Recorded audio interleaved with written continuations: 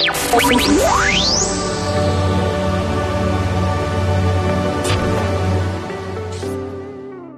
guys, my name is Fizza. I am currently in my second year in the accounting program at Rotman, and I'm also the executive creative writer here at RCEM. Hi, my name's Andy. I'm currently in third year Rotman, and I am a management specialist student, and I am the TV representative of RCEM. Today's guest is a music producer who's currently in the studio right now, and he's in Ontario, and we are very welcome and very excited to have him today. Today we have the very special Noah Dempsey. Thank you for having us. Thank you for coming, sorry. Thanks for having me. Appreciate it. First off, I know that you're a music producer. What gave you the inspiration to become one and why? When I was younger, I did a lot of live shows and stuff like that. And that was kind of my passion. And then one day I just decided to try and get a job at a studio. And that studio is kind of where I started my music career. And that's where I made my connections and what made me interested. I was never really interested in music, but just because I was working there, it kind of changed me. How was the journey to becoming a music producer? Did you have any experience prior to in making music? I mean, I played some instruments when I was a kid, but no experience in making music. It was more the technical side that I was knowledgeable of, and I was an engineer, right?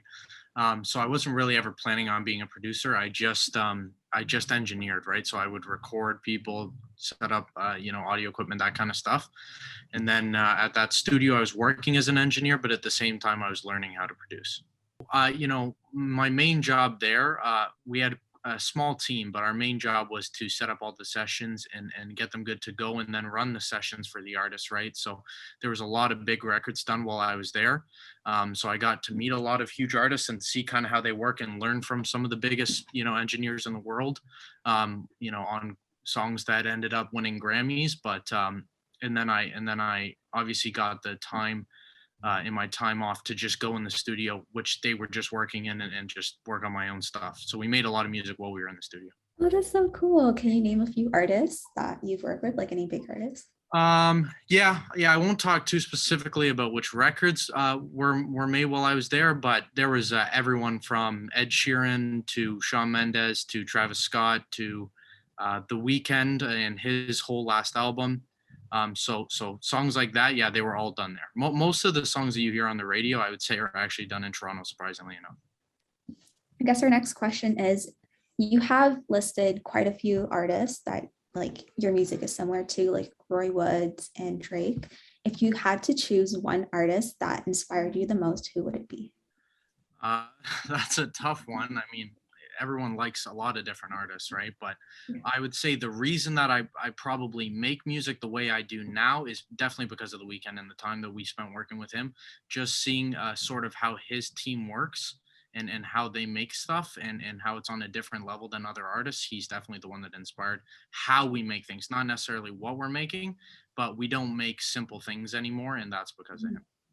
So would you say that you have a few influences from his music that can be found in your music as well? Definitely, for sure, as well as as you said, Roy Woods, Tory Lanez, even lots of pop artists too that had influenced Justin Bieber. A lot of our music is actually Justin Bieber kind of stuff, for sure. You've listed that you also make a ton of different genres such as R&B, hip hop, and so on. Which one of the bunch is your favorite to produce?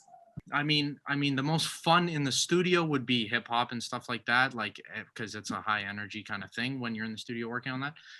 But I would say nowadays our favorite stuff to work on is definitely more like pop. So what kind of vibe do you want people to feel when they listen to your music? It's definitely something where we want the immediate reaction of you just enjoying it, and you don't even need to think about the lyrics or how it's created, all that stuff. Just simply enjoying it. You can hear it on the radio. But there's another aspect to that, and I think my friends and coworkers will kind of agree with me in that we don't really like to make things that you can just hear on the radio once and then you're like, yeah, that's cool, but you forget about it the next year. We kind of want to make things that are different, that you haven't heard before. We put in different things. There's lots of changes in the instrumentals, and nothing's straightforward that we make. So out of all the music that you've produced, which one is your favorite? Which song? And do you aim to make all of your other music sound the same way, or? I definitely couldn't tell you what my favorite song is. I don't know, we probably made like 400 songs. I have no idea what my favorite song is. But my favorite genre recently has been like making pop and R&B stuff. And so I would say that I'm definitely still trying to shoot to make we're seeing it with a lot of different big artists coming out, right? Like again, Justin Bieber's whole last album, like that kind of music, we're kind of gearing more that way a little bit more. And I Yeah. do enjoy making that. Is there a memorable one, like one that you always think back to that you enjoyed making? Well, I'd say a memorable song that I was a part of. I can't say I made it because I didn't make it, but probably the most memorable, experience I had in the studio was definitely working on the Weeknd's "Heartless" single. That was an interesting song. It was cool to hear it actually in the studio and to see kind of parts of them working on it. Yeah, it was really cool, especially after it went whatever 5 times platinum or whatever now. Describe the process of creating like the perfect song in your eyes, or like helping to make one.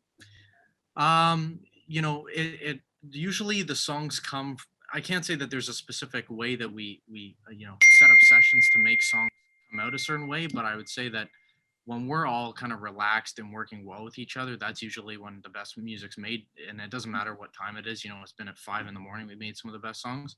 But again, I don't work on music that much with people that I don't know and I'm not friends with. So all of the people, all the artists I work with, they're all my friends. So we're really just having fun. We're not really thinking, it's not calculated. And we have fun, and then we start playing around with something, and then we kind of realize what it sounds like, and then we get a bit more serious with it, and we actually try to finish it and make it sound good, right? So being a music producer must mean that, um, as you said, you've worked with a bunch of artists, some very notable artists as well. How are you finding it so far? Is it easy, or are you finding it harder than you anticipated? It's music itself is easy. Once you get to a certain level, it gets a bit more difficult because it's less about the music net. We're still trying to make better music, but it's more about the networking and doing things that I used to like to do, but now I'm not. Like I don't like going to parties and stuff like that. But now once you get to a certain level, it's more you have to do that kind of stuff in order to continue and to make more money and to make it actually a career. So yeah, that's definitely a big factor is networking with people, right? Just a follow-up question to that. What are like methods or like ways or practices you kind of have to do in the industry to keep up with networking or stay in touch with certain people? The ground layer for being networked and people knowing who you are is your music, and that's something I kind of understated, is that if your music's not good or it's not to a level that you want it to be at, people won't be convinced that you can make music, you know what I mean? And if you're not confident in your own music, no one else will be confident in it. So getting your music to a certain level, because you always think you're great when you're first starting, and then when you're 5 years down the road and you're playing the stuff from what you first started, it sounds absolutely terrible to you. Um, you kind of have to grow as an artist or as a producer or as an engineer. And then once you get to the level where people are listening to it, like I would say a lot of the lower level artists that we work with, um, their music isn't even like, they're not going to do 1 million, 2 million, 5 million, 10 million streams, but they can go to a concert with 5,000 streams and perform, and the crowd will sing their song back to them. You know what I mean? So it's more about you getting your name out there by speaking to people, trying to get your music on the radio, stuff like that. Like that's usually the kind of stuff that you have to do.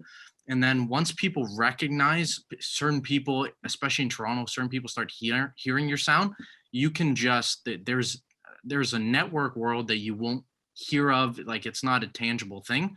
But once you're in it, you're in it, if you know what I mean. Like once you know that people know who you are and what your sound is like, then everybody wants to talk to you, and then you're going to different events and talking to different people, right?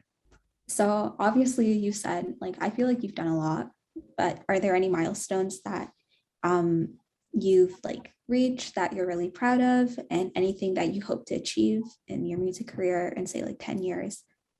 Well, there are certain milestones that I could be proud of, like making money off of a song or something like that. Like definitely for sure, because a lot of people don't get that chance.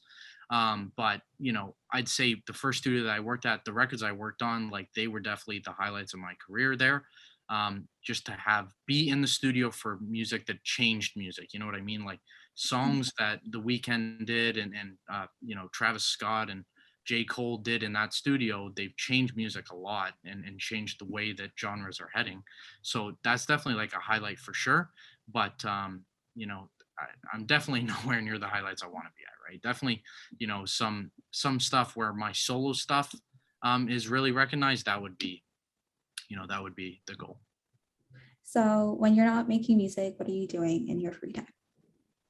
Well, I work full time in other jobs. So I do like I have a jam-packed schedule. I do a lot of other things. I don't do music full time right now. I have done music full time before. But you know, when it's something that you enjoy, and again, as I said, I don't just make music just to make music. Like I won't just work with anybody who messages me, no matter what they're offering me. I only work with my friends, and I only work with people that I know the music is going to elevate who I am. You know what I mean? So there's not full-time work in that kind of music yet. You know what I mean? That would be once you sign a deal or something, then you can do that kind of stuff. But no, I'm busy doing a lot of other things. Yeah. If you can share with us, can we expect any new music from you in the future? Well, I will say in terms of stuff that just came out, just so that you guys can go and listen to it. There's 2 lead singles off of a new album coming out that's produced by my friend Fargo here.